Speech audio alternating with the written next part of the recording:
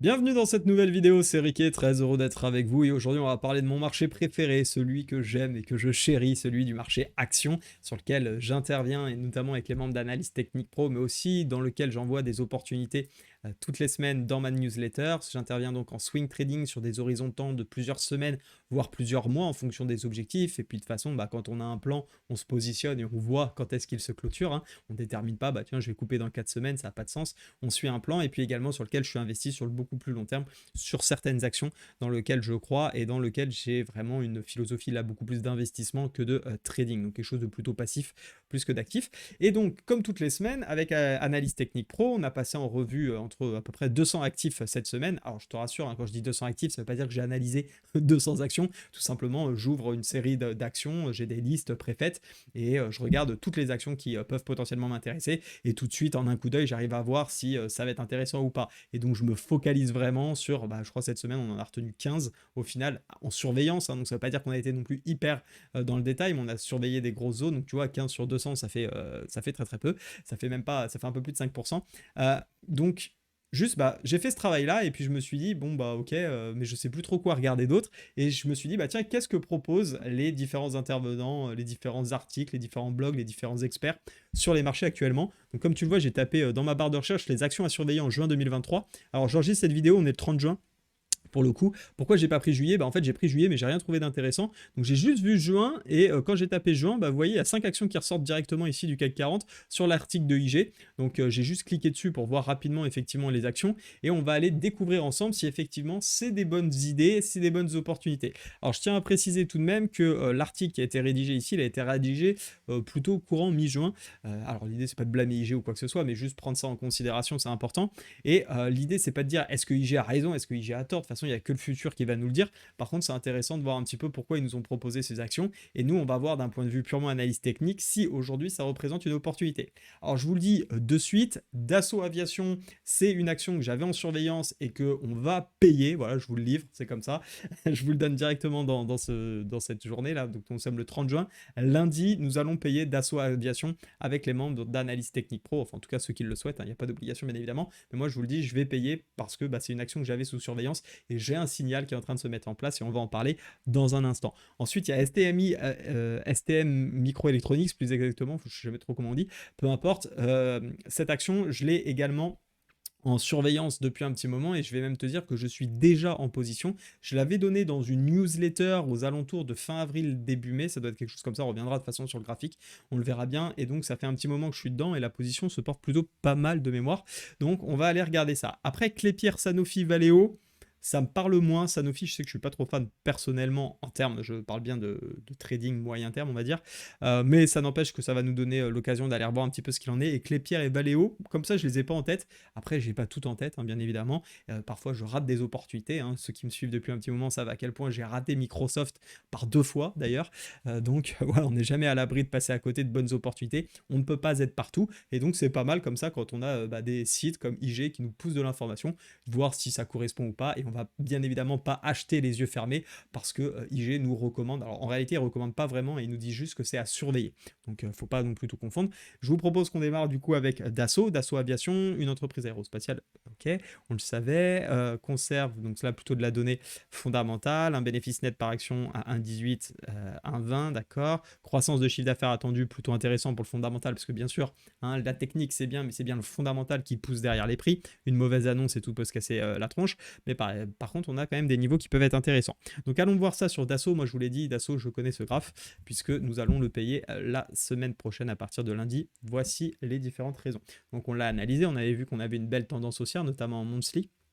Ok, bon, je ne fais pas un dessin, je ne vais pas faire un cours d'analyse technique. Je pense que tout le monde a vu que c'était quand même plutôt haussier. On avait une sorte de fanion ici, de biseau, de ce que vous voulez. Enfin, moi, j'appelle plutôt ça un fanion, mais en tout cas, de zone de compression, vous le voyez, où on a très bien corrigé, tout simplement, avec une belle dynamique baissière qui s'était mise en place sur le weekly. On a tout simplement également retracé la dernière impulsion haussière et regardez où ça s'est arrêté, pile poil sur la dernière zone, à mon sens. En tout cas, c'est comme ça que j'interviens, notamment sur les actions. Un beau retracement de 0,618, donc une belle zone d'investissement. Et regardez le support support qui a tenu. Alors en réalité, on avait déjà plusieurs possibilités d'entrée. Pour ma part, je n'ai rien pris encore, je ne suis pas du tout dedans. J'ai attendu tout simplement qu'on casse cette oblique et qu'on me fasse une structure haussière de l'autre côté. C'est-à-dire qu'on arrive à me faire un nouveau plus haut que le précédent et que le plus bas qui sera à côté de l'autre côté de l'oblique soit plus haut que le précédent également de l'autre côté. Bon, ça, c'est des manières que j'ai d'analyser, mais tout simplement avoir une configuration de retournement de l'autre côté de l'oblique. Et en plus, regardez, on avait une petite zone de polarité très intéressante ici qu'on a fini par casser. Donc en fait, j'ai tous les éléments qu'il me faut. Et en plus de ça, on est en train de me faire un marteau, on peut quasiment considérer que c'est un marteau, parfait, sur zone de support. Enfin, pour moi, il n'y a rien d'autre que de cliquer. Si je clique pas là, en réalité, je vais jamais rentrer. Donc après, il y a des... Chacun investit en fonction des actions, etc. Là, je parle vraiment d'un niveau technique, en fonction de vos raisons qui vous sont personnelles. Mais pour moi, effectivement, ce que IG nous propose ici, c'est une très belle action à surveiller. Alors, c'est dommage qu'il ne nous ait pas donné un peu plus de niveau technique. C'est ce que je reproche un peu, parce qu'en fait, ils nous poussent de l'information. Mais bon, je trouve qu'il n'y a pas vraiment de valeur dans leur article. Mais ça ne regarde que moi. En tout cas, ça reste une belle action qu'ils nous proposent. Et on a effectivement ici un joli up, donc très intéressant. Je pense que je vais me positionner du coup à l'entrée au prix lundi, sauf s'il y a un énorme gap, c'est pour ça qu'on attendra. Et on se positionnera probablement en stop loss sous cette zone et on essaiera de profiter tout simplement de cette énorme dynamique qui peut nous attendre, puisqu'on a vraiment un retournement de structure ici qui nous permet de reprendre la tendance de fond. Donc vous savez à quel point j'aime ça et donc je pense que je payerai ce niveau. Ensuite on a STMI Electronics, alors ça vaut le coup de re-regarder où est-ce qu'on en est. Pour ma part, je vous l'ai dit, j'ai payé, voilà, c'est simple, il y a une flèche, c'est le moment où j'ai indiqué sur la newsletter que j'avais payé. Ça se porte bien, ça se porte pas mal. On a une action qui continue de plutôt bien monter, donc je l'ai payé. Bon, en réalité, j'ai dû la payer un peu au-dessus quand même. Bon, je sais plus exactement, j'ai mis la flèche, mais elle est pas assez précise. Ça devait être, je vous l'ai dit, de toute façon, c'était fin avril, début mai, je me souviens juste de ça. Ouais, bon, c'était dans ces eaux-là. Allez, vous savez quoi, on va prendre à peu près, hein. Je regarderai le prix exact sur lequel je suis rentré. Grosso modo, on a une quinzaine de pourcents de hausse, donc ça c'est plutôt intéressant. Pourquoi on a fait ça et pourquoi c'est une bonne action aussi, je trouve que IG nous propose ici. Regardez un petit peu la même dynamique en réalité. On avait ici une jolie impulsion haussière qu'on est venu corriger. Regardez ce qu'on est venu chercher, quasiment les 0,6 mais pas tout à fait. Par contre, on est passé par une oblique mais qu'on a tracé après, donc on va pas la prendre en considération. Et par contre, on a bien retourné ici la tendance et donc on a une jolie zone de polarité dans une tendance haussière. Qu'est-ce qu'on fait dans les zones de polarité lorsqu'on est dans des tendances? Eh bien, on paye les supports dans les tendances haussières et on vend les résistances quand nous sommes dans des tendances baissières. Et donc ici, pour moi, c'était instinctif finalement que de payer cette zone et c'est pourquoi je l'ai payé. Est-ce que j'aurai raison à moyen long terme? Ça, seul le marché me le dira. Pour l'instant, il est en train de me donner raison.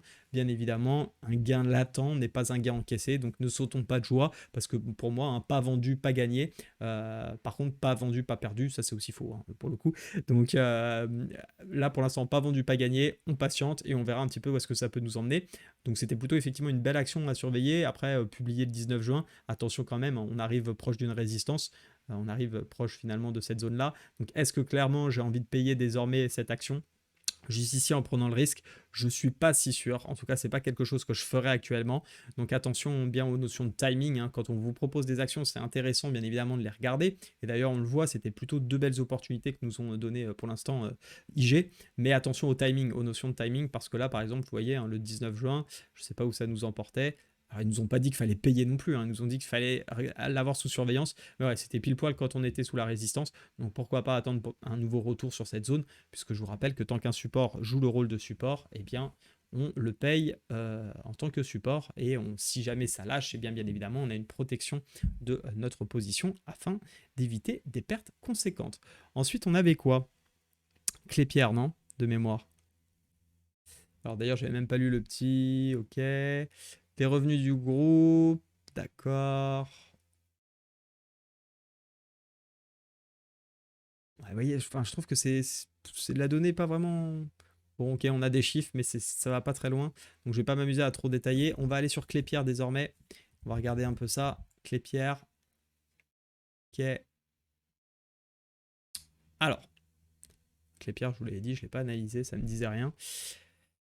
Il y a des choses intéressantes, pas pour payer maintenant, mais par contre à surveiller, effectivement, je trouve que c'est une très bonne action à surveiller. Pourquoi? Parce qu'ici, on le voit bien, on a une belle zone d'accumulation. Alors la question, c'est est-ce qu'on est en train d'accumuler pour partir vers de nouveaux sommets, à la hausse, ou on est plutôt finalement dans une zone d'accumulation, de pause temporaire de cette tendance baissière sur laquelle on a rebondi, et puis derrière, on va finir par recéder.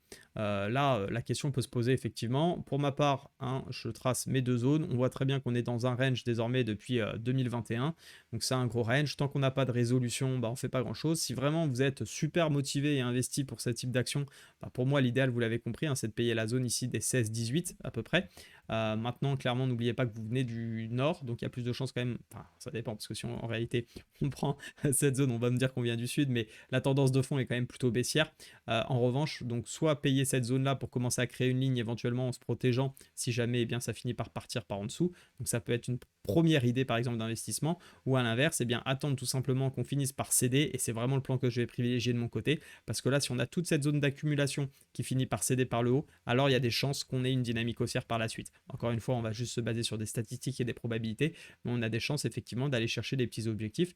On aura une belle zone de polarité ici qu'on observe, hein, support, support, résistance, on finit par travailler résistance, résistance, résistance, donc il y a forte chance que déjà de ce niveau-là, si on arrive à rentrer par ici à là, on ait un potentiel de 30%, donc calculez bien évidemment vos risques par rapport à votre capital si vous faites du swing trading. On voit également qu'on est toujours quand même malgré tout sous tendance, sur tendance baissière. Donc voilà, il y a quand même des niveaux à passer. Passer d'abord cette oblique, passer ce niveau-là. Et si on a la structure un petit peu comme on en a parlé sur Dassault, là ça devient vraiment hyper intéressant, je trouve, d'un point de vue technique, de venir commencer à payer du clé-pierre et aller aller plus chercher la zone des 34. Essayer déjà de prendre cette première opportunité. On casse la zone des 34, on continue. Alors on aura une autre zone, hein, comme vous pouvez l'imaginer ici. Alors attendez, je l'ai un petit peu tracé de manière... Voilà, celle-ci, petite zone, cette fois-ci légèrement plus haute au 37, qui peut représenter par exemple un objectif 2, et puis plus si affinité. Hop. Voici, zone des 44 en troisième objectif, hein. Ça c'est déjà pas mal. Alors l'autre possibilité qu'on peut faire, si on a envie vraiment d'investir et pas plutôt de faire du trading, c'est plutôt qu'à chaque fois qu'on casse une zone, eh bien, qu'on peut se réappuyer dessus, eh bien on paye. Okay, comme ça en fait on paye, si on les casse ça devient des supports, on paye les supports et on se protège. Et on remonte dynamiquement nos stop loss, okay, en laissant un petit peu de marge pour pas être collé, parce qu'on le sait, il peut y avoir des effets news et venir mécher et nous sortir, comme par exemple... comme par exemple, ça aurait pu être le cas. Je suis en train de regarder, non, ici ça nous a pas sorti. Bon, je vais pas chercher un exemple pour en chercher un. Bon, tiens, j'en profite juste, hein, pour les gros amateurs d'épaule tête-épaule. Celle-ci, elle était pas mal. Bon, rien à voir avec la sauce, mais ça reste intéressant. J'aime bien parfois voir la beauté des figures qui apparaissent. Peu importe. Allez, on continue notre petit tour. Donc vous l'avez compris que les pierres, on attend que ça casse, c'est mieux. Et on verra ce qui se passe. Sanofi. Je vais revenir ensuite sur juste IG, parce que j'ai l'impression que là, ils nous ont fait une analyse technique. Ouais, mais ils nous en disent pas plus. Ok, ils ont l'air d'utiliser deux moyennes mobiles, des Fibonacci a priori. Bon, c'est un peu dommage, on n'a pas trop d'infos sur ce qu'ils font. Je l'avais étudié, Sanofi. Bon, clairement, ça, je trouve ça vraiment pas intéressant. Court terme, à surveiller. En fait, leur terme est bon, hein, c'est que c'est à surveiller. Dans le sens où on est dans un gros range, hein, on le voit bien ici en monthly. Si on s'enlève... Bon, ok, en monthly, j'avais carrément la boîte. J'avais juste enlevé. On voit bien, on est dans un énorme range ici. Donc clairement, on n'achète pas les hauts de range, hein. On le voit d'ailleurs, ceux qui se sont fait piéger, les investisseurs un petit peu gourmands qui se sont fait piéger. On attend que ça casse réellement. Alors là, c'est vrai que cette cassure, elle était pas mal. J'aurais aimé avoir un peu de confirmation. Ça, c'est des choses qu'on voit beaucoup dans l'analyse technique pro. On parle de confirmation en termes de structure de prix, confirmation par les volumes également. On en parle pas mal de tout ça. Donc si ça t'intéresse, n'hésite pas à nous rejoindre, hein, tu as le lien en description. Tu peux aussi t'inscrire à la newsletter qui est gratuite, où je partage plutôt des opportunités et des idées de trade. Bon, après, ça va pas te faire toi quelqu'un qui investit sérieusement, parce que tu vas juste avoir mon entrée. Mais par contre, si tu as déjà des petites connaissances, c'est pas mal. Ça te permet d'avoir toujours un peu plus, comme je suis en train de le faire moi. En réalité, tu as de l'information qui te vient, tu regardes si pour toi c'est intéressant ou pas. Bon, pour ma part, je t'explique pourquoi pour moi c'est intéressant. Je vais plus loin d'un point de vue technique que ce que fait IG, mais ça te permet d'avoir du complément en tout cas. Donc n'hésite pas à nous rejoindre ici. Donc pour l'instant on est dans une sorte aussi d'un peu de pseudo-canal, j'ai l'impression, hein. Ouais, c'est ça. On est un peu dans le canal, on a cette résistance qui nous tient au-dessus de la tête. Tant qu'on casse pas tout ça, pour moi je trouve pas ça très intéressant. Je serais plutôt d'avis, si on a envie de trader un peu ce canal, essayer de payer plutôt le bas, hein, ce support oblique qu'on a. Revenir pourquoi pas dans le milieu de range qui peut être aussi intéressant, sur lequel on peut avoir une réaction, plutôt que d'essayer de payer ici. D'un point de vue purement technique, c'est vraiment payer sous résistance. Donc clairement, je vous l'avais dit, Sanofi, c'est bien ce qui me semblait. J'étais pas fan. Et puis on va terminer avec Valeo. Ouais, 15 minutes de vidéo, il serait peut-être temps de terminer, mais au moins on prend le temps, c'est intéressant. Alors Valeo, ok. Dans l'idée, on a un range ici. Enfin, on a surtout une belle zone de polarité, pareil. Donc on le voit, hein, qu'il y avait légèrement, enfin on avait fait un point bas, d'ailleurs on va voir si on les tire, c'est ce qui se passe, pas grand chose, à quelque chose près mais pas grand chose. On a effectivement une belle zone de résistance, en réalité c'est surtout ça qu'on va observer, et donc c'est sûr que si on arrive à s'extirper finalement de toute cette boîte ici, et qu'on passe par le haut, ben, il y a moyen que toute cette zone d'accumulation entre les 14 et 20 eh bien, finisse par céder et donc propulser le prix à la hausse. Et donc on pourrait avoir ici un retournement de tendance. Maintenant, quand on regarde quand même cet actif de manière générale de fond, c'est pas l'actif sur lequel on a envie de mettre la maison. Je ne sais pas ce que vous en pensez, sauf pour des raisons particulières qui vous sont peut-être propres. Mais moi, clairement, ça, Valeo, pour le moment, j'ai pas du tout envie de m'y... Pourquoi pas créer une ligne, hein, c'est pas interdit. Franchement, je vous le dis, c'est pas du tout le type d'actif qui m'intéresse. Mais pourquoi pas, ceci dit, commencer à créer une ligne. Mais pour ça, vous voyez, on a un double obstacle. Et d'ailleurs, waouh. Bon, bah alors là, les membres d'Analyse Technique Pro, les amis, vous allez vous régaler quand vous verrez ça. Je vous laisse apprécier le bazar. Double niveau de résistance plus combo de chandelier japonais. Là, on était vraiment dans un signal de vente. Donc clairement, ouais, tant que déjà on n'est pas au-dessus de la zone des 21, ici, Valeo, j'y toucherai pas. Donc voilà un petit peu pour faire simple. J'espère que ça vous a plu ce nouveau format. N'hésite pas à me dire en commentaire, est-ce que toi, tu as une de ces 5 actions d'ailleurs en portefeuille? Dis-le moi, ça m'intéresse. Dis-moi également si tu as des actions que tu souhaites que j'analyse peut-être la semaine prochaine ou dans 2 semaines, peu importe, ou pourquoi pas dans la newsletter. Comme ça, je les récolte et puis je peux les traiter. C'est ce que je vais faire d'ailleurs. La semaine dernière, j'ai fait une vidéo sur les crypto-monnaies. Il y a certaines cryptos qui m'ont été partagées, donc je vais les analyser semaine suivante. Voilà. Reste prudent sur les marchés, hein, sois prudent et puis à très très vite. Ciao.